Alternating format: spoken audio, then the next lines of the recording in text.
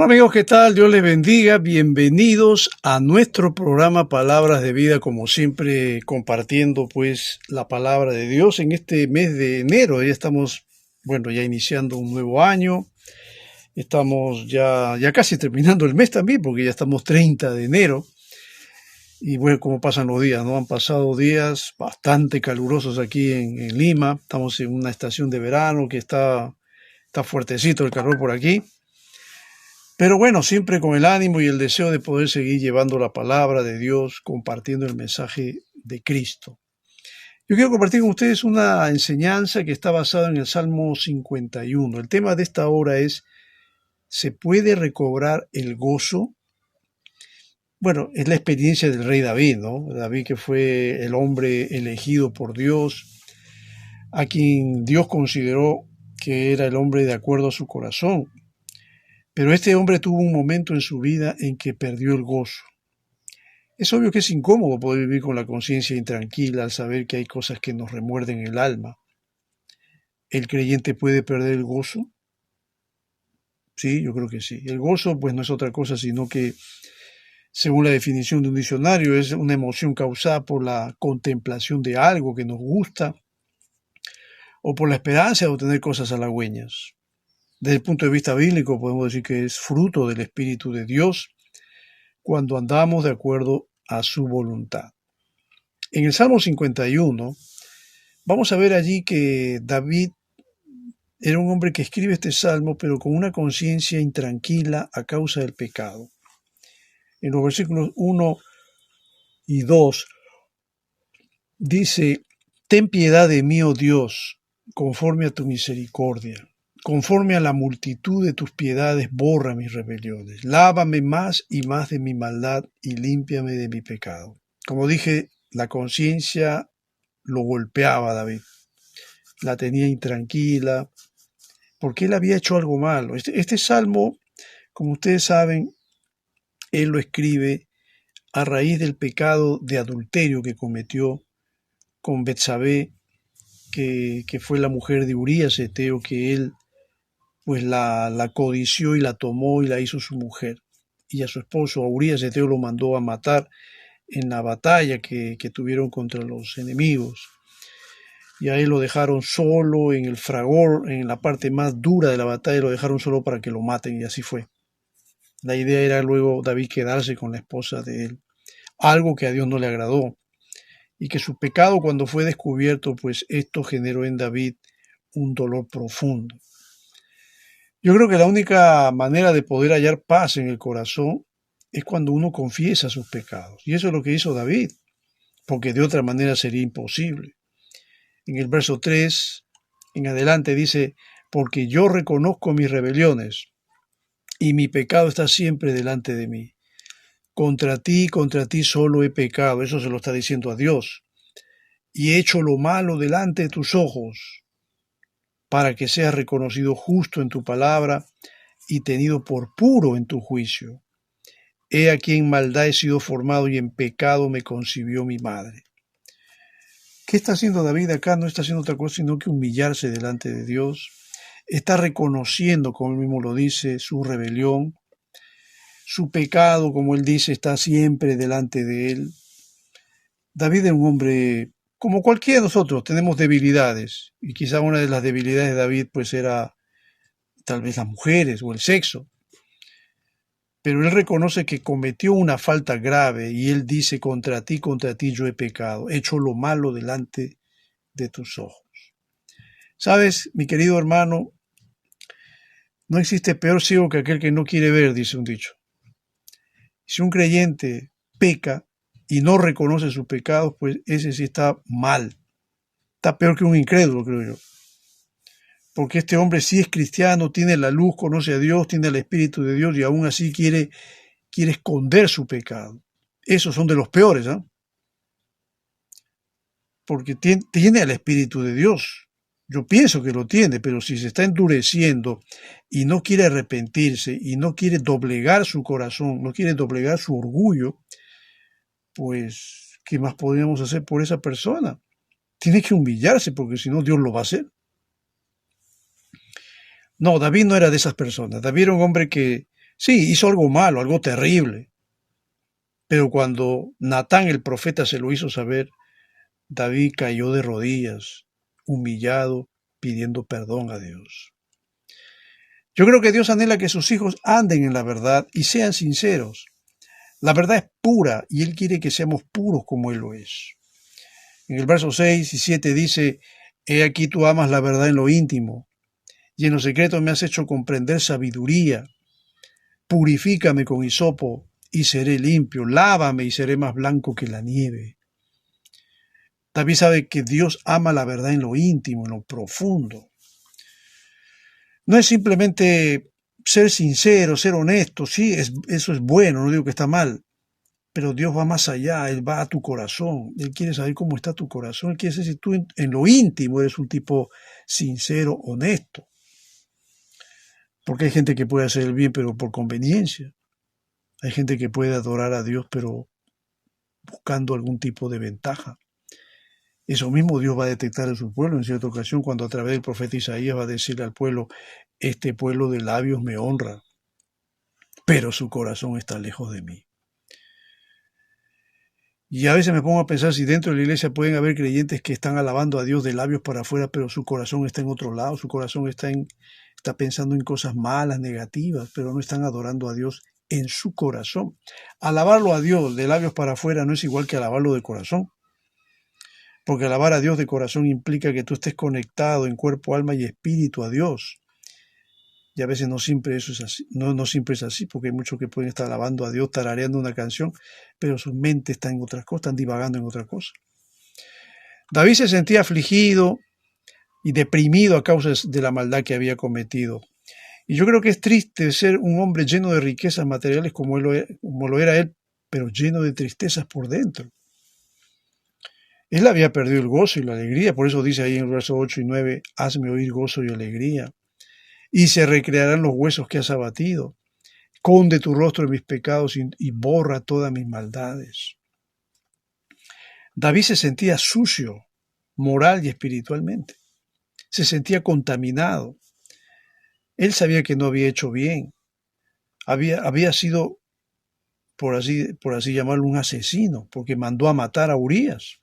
Un adúltero, porque tomó la esposa de él. Esto no le agradó para nada a Dios. Y cuando Dios le hizo saber su pecado, David, cuando ya lo entendió así, se sentía miserable. Y es acá donde yo creo que David desea convertirse a Dios nuevamente, porque estaba arrepentido de lo que hizo y no quería que Dios lo despoje de su salvación. Solo el Espíritu de Dios nos constriñe del pecado para luego restaurarnos y llenarnos de gozo.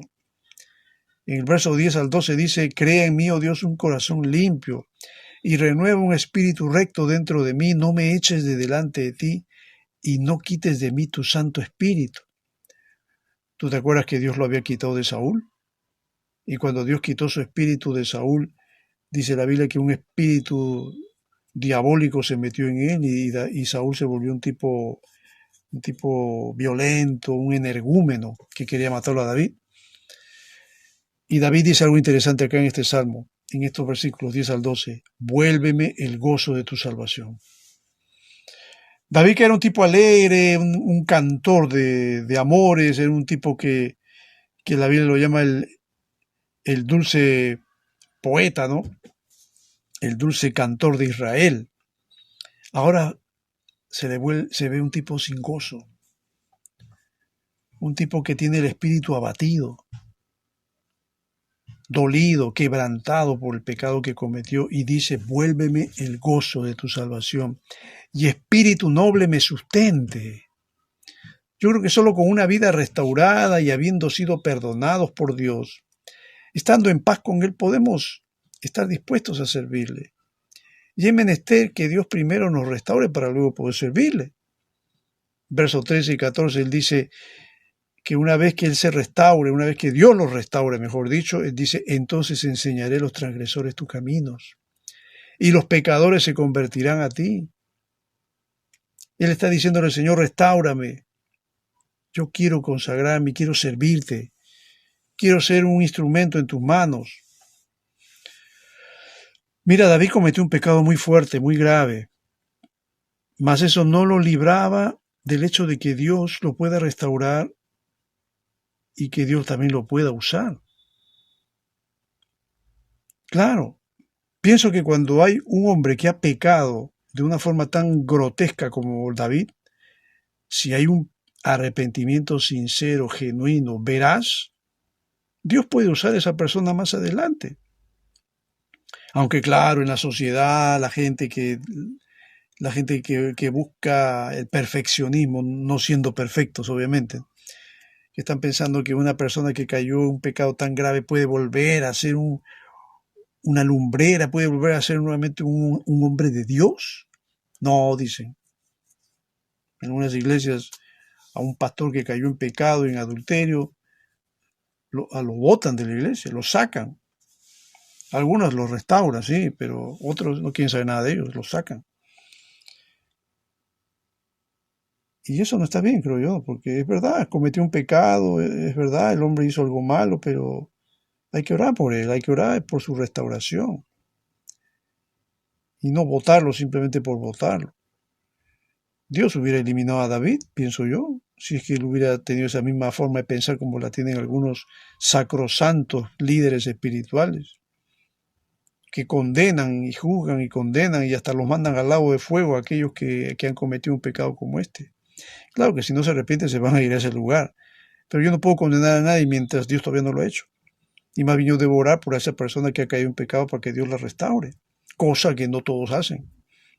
Lo primero que hacemos cuando vemos a un hombre que cayó en pecado es juzgarlo, botarlo en la iglesia, disciplinarlo, en peor caso botarlo y no saber más de él. Dios no hizo eso con David.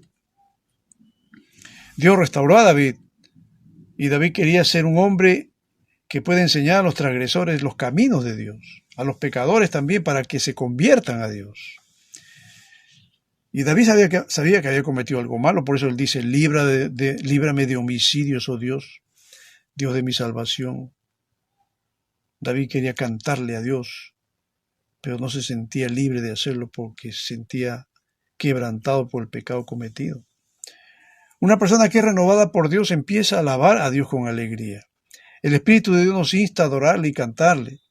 El mejor sacrificio para Dios, para poder experimentar una renovación espiritual, es quebrantándonos delante de Él. Por eso el salmista dice ahí en el verso 15 y 17, estamos en el Salmo 51, Señor, abre mis labios y publicará mi boca tu alabanza. Porque no quieres sacrificio que yo lo daría, no quieres holocausto.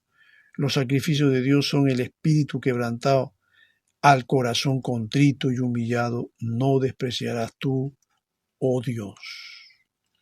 David sabía perfectamente que un sacrificio por el pecado, por medio de un animal, lo puede hacer cualquier persona.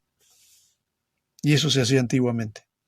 Si alguien cometía el pecado de adulterio o lo que fuere, llevaba simplemente un animal para que sea sacrificado en el holocausto. Pero la pregunta es, ¿y ese hombre se habrá arrepentido de verdad?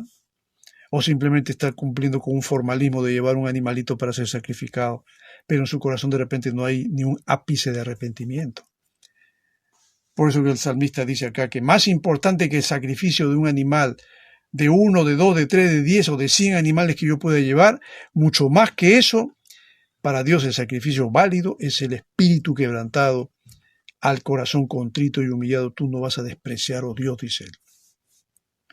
Solo entonces, pienso, tendremos una visión amplia de poder interceder por la salvación de nuestro entorno, de aquellos que necesitan a Dios, de buscar el bien de los demás, en nuestro caso, de buscar la salvación de aquellos que necesitan a Cristo, para ser instrumentos de justicia en las manos de Dios.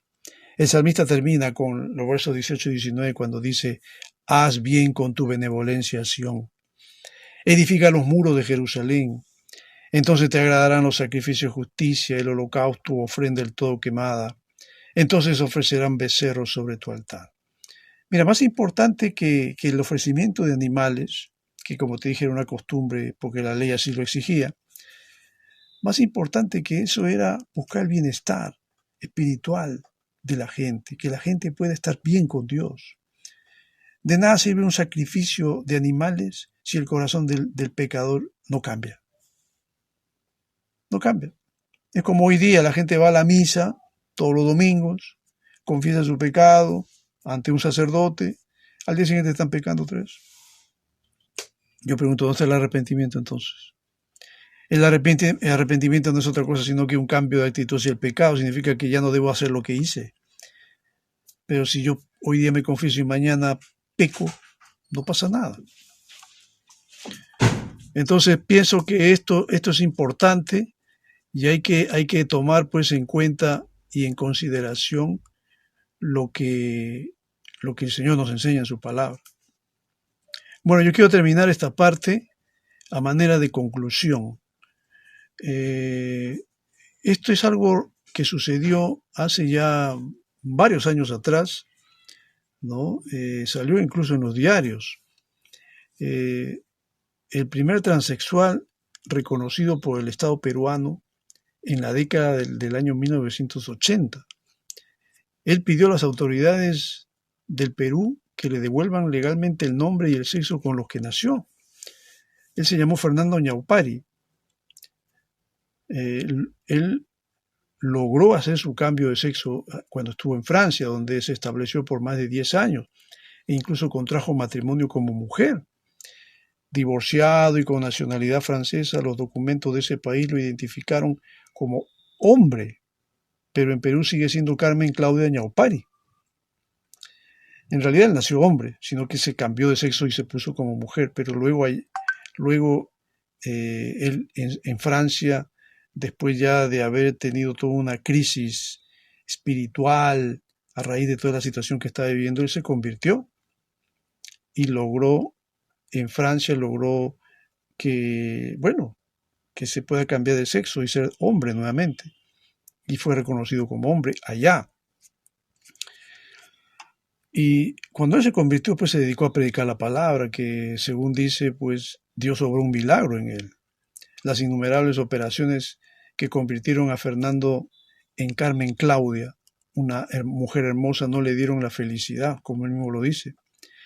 Al menos así es lo que él dijo, ¿no? Fernando Ñaupari, muchos años después de haber vivido con un cuerpo de mujer. De una u otra manera buscaba parecerme una mujer, decía. No me gustaba lo que yo tenía entre las piernas. Él contó esto en una entrevista que le hizo CNN en español. Y casi toda su vida que vivió como Carmen Claudia la transcurrió en Francia. Estuvo vinculada a un mundo de prostitución y drogas, mundo del cual no logró salir ni siquiera al casarse con un francés que le ofreció una vida llena de comodidades. Él dijo, vine esta vez para ser bautizada, aquí en el Perú, para poder amar a mis hermanos como debe ser. Su vida cambió cuando visitó Lima para ser bautizada en una iglesia cristiana. Y él dijo que nunca le gustaba pues ponerse zapatos, ni pantalón de hombre, ni corbata.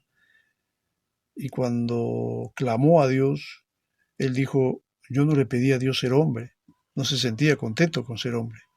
Yo le pedí a Dios un cambio, dejar esa vida de discotecas, de borracheras, ser una mujer, decía él, decente, vivir con mi esposo de bien. Pero dice que al escuchar el mensaje de la Biblia cayó desmayado. Al despertar, no reconoció el cuerpo de mujer que se había fabricado. Y él dice, me comenzaron a leer en 1 Corintios 6:9 que el Señor dice que ningún homosexual irá al cielo y toda lesbiana al infierno irá, y para mí fue duro. Y cuando me dijeron, tú eres un hombre, imagínense, tú le dices eso a un homosexual, eres un hombre, es capaz de tirársete encima. Por eso yo entiendo a los homosexuales, dijo él, cuando están airados, porque yo pasé por eso, agregó. En Francia fue evaluado por psicólogos, psiquiatras, que le dieron luz verde para su nuevo cambio de sexo, y después de pasar por cirugías para deshacerse de implantes y volver a tener un aspecto masculino, solo le faltaba ser reconocido como hombre por las leyes peruanas. Una visita al Congreso peruano para reclamar su derecho a la identidad sexual dio frutos y las autoridades del registro civil, desconcertadas ante el primer pedido de un transexual para regresar a su sexo, le ofrecieron tomar el documento francés como base para el cambio de sexo aquí en Perú. Y él dijo, ahorita yo soy un hombre consagrado al ministerio. Yo soy un predicador del ministerio de la palabra, paro viajando por todo el mundo y ahora vengo al Perú por mi DNI pensando que es fácil. Y llevo más de un año en esto. Su predicación va dirigida a los padres para que busquen orientar a sus hijos con tendencias homosexuales, pero en la palabra de Dios. Él dijo, yo viví 28 años en medio de ese círculo homosexual, vi cómo los homosexuales en medio de su soledad o en medio del alcohol lloraban. Por eso yo siempre lo he dicho, no hay homosexual feliz. Es lo que él dijo, es su experiencia. Él dijo que el cambio que se produjo en él, después de haberse hecho esas cirugías y una serie de tratamientos, ese cambio vino de adentro. No el cambio vino con un bisturí. El cambio no vino porque le pusieron hormonas. No.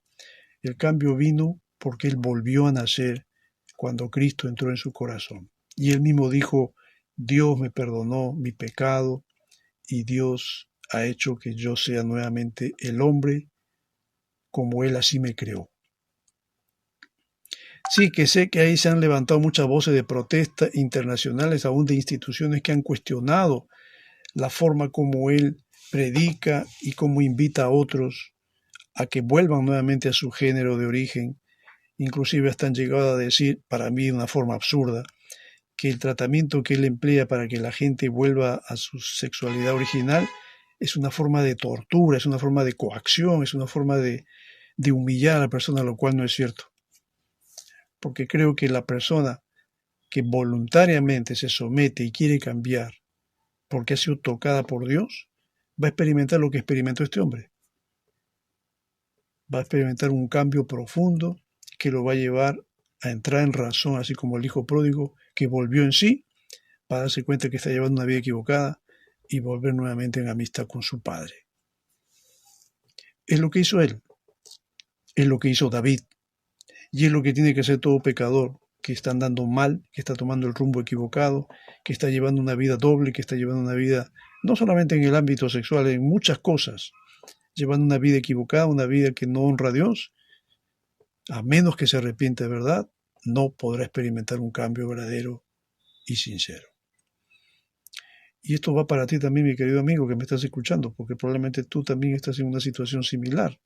No digo que tú estás pecando igual que David o que Fernando Ñaupari, pero si estás atado al pecado, ¿por qué has nacido en pecado? Y estás haciendo otras cosas que te están esclavizando al pecado, que te están encegueciendo, porque una de las cosas que hace el pecado es enceguecernos para no darnos cuenta que estamos mal, espiritualmente hablando, y tampoco darnos cuenta que tenemos un destino eterno de condenación si es que no nos arrepentimos. Por eso yo te invito hoy día para que tú abras tu corazón, rindas tu corazón a Cristo, entregues tu vida a Cristo, porque el único que puede cambiar tu vida desde adentro, desde lo más hondo de tu corazón, es Cristo Jesús. Cuando tú te arrepientes y crees en Él sinceramente. Bueno, te agradezco por este tiempo que me has dado para compartirte esta enseñanza. Que Dios te bendiga.